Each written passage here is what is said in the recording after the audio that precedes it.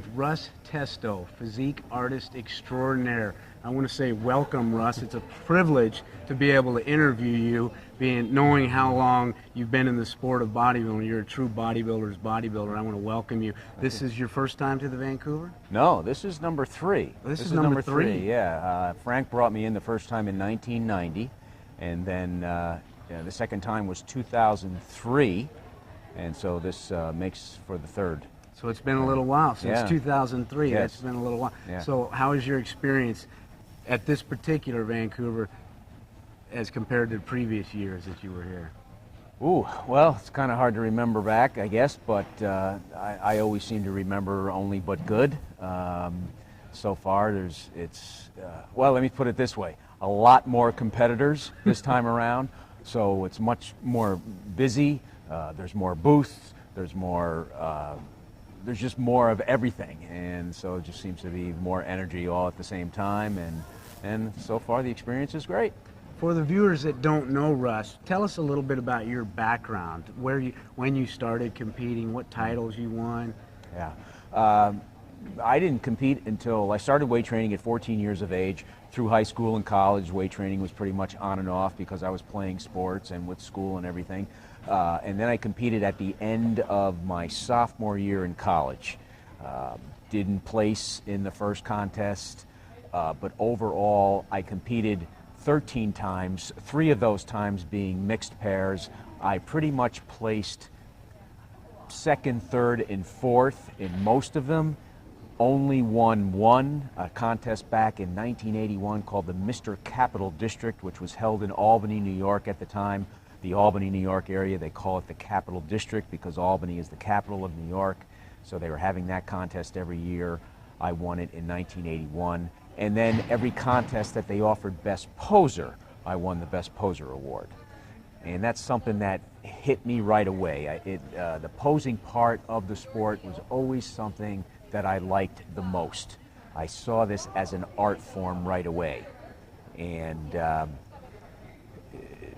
being able to just look at a bodybuilder in the magazine and imitate the pose or watch another bodybuilder pose, I seemed to be able to do what that competitor was doing. And then, of course, my very first influence with posing was the master poser, Ed Corney. That's what I was going to ask you. So Back Ed in, Corney was your inspiration. Yes. And so you gave up bodybuilding competition in what year? I didn't necessarily give it up intentionally. It was 1984, and it was my last.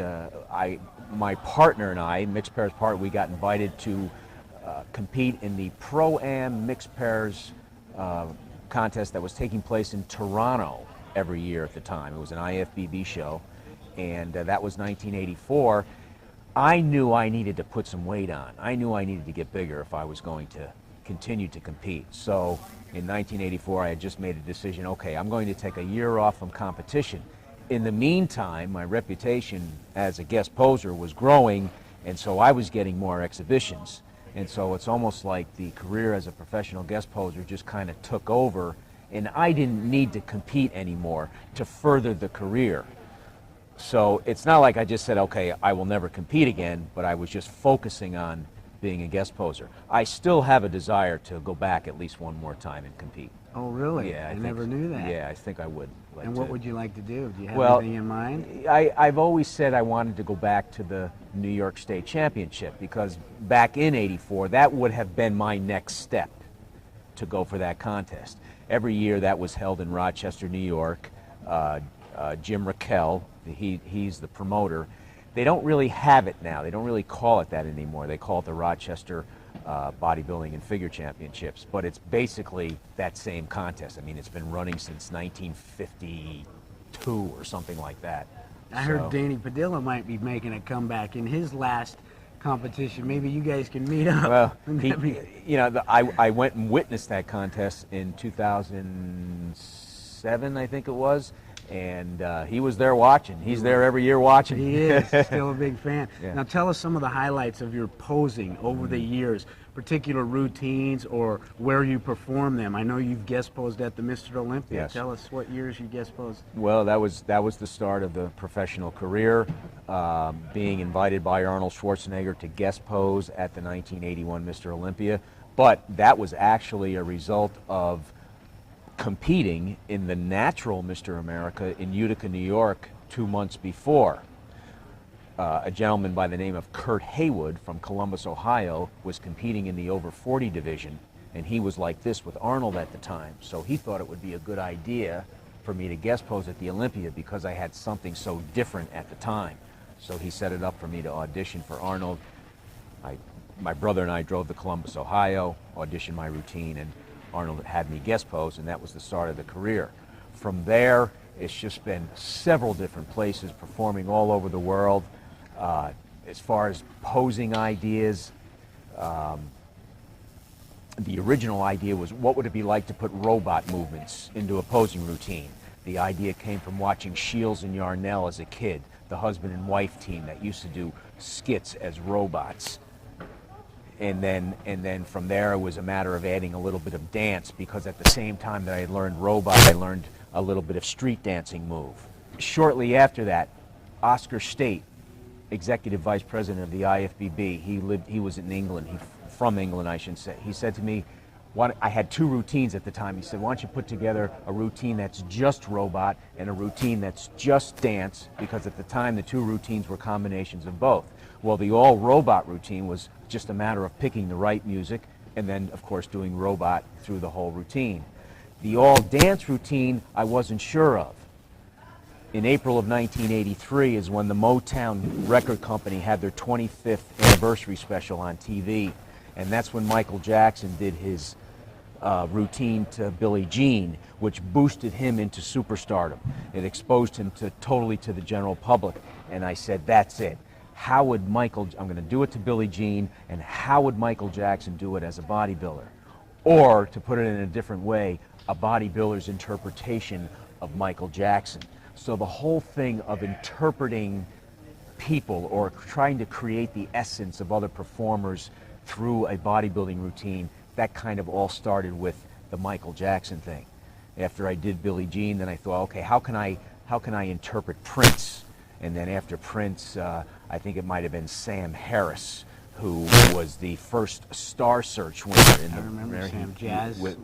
He sang Over the Rainbow. Over the Rainbow, Yeah. and that's, I used to do Over the Rainbow, and then I've done some Elvis and. What's your most well received, you think? Oh boy.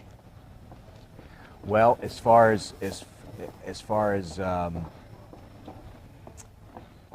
I'd have to say overall, when people see that Michael Jackson routine, they really enjoy that. But at the other end too, as of being a Christian, it's always been my desire to witness for Christ, both verbally and on stage.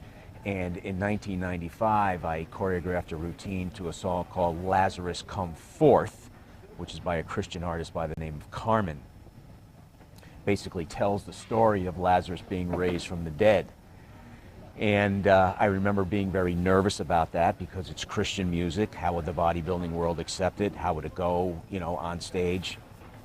Just so happened that year that I decided to choreograph that in 1995, I got booked for a show the night before Easter.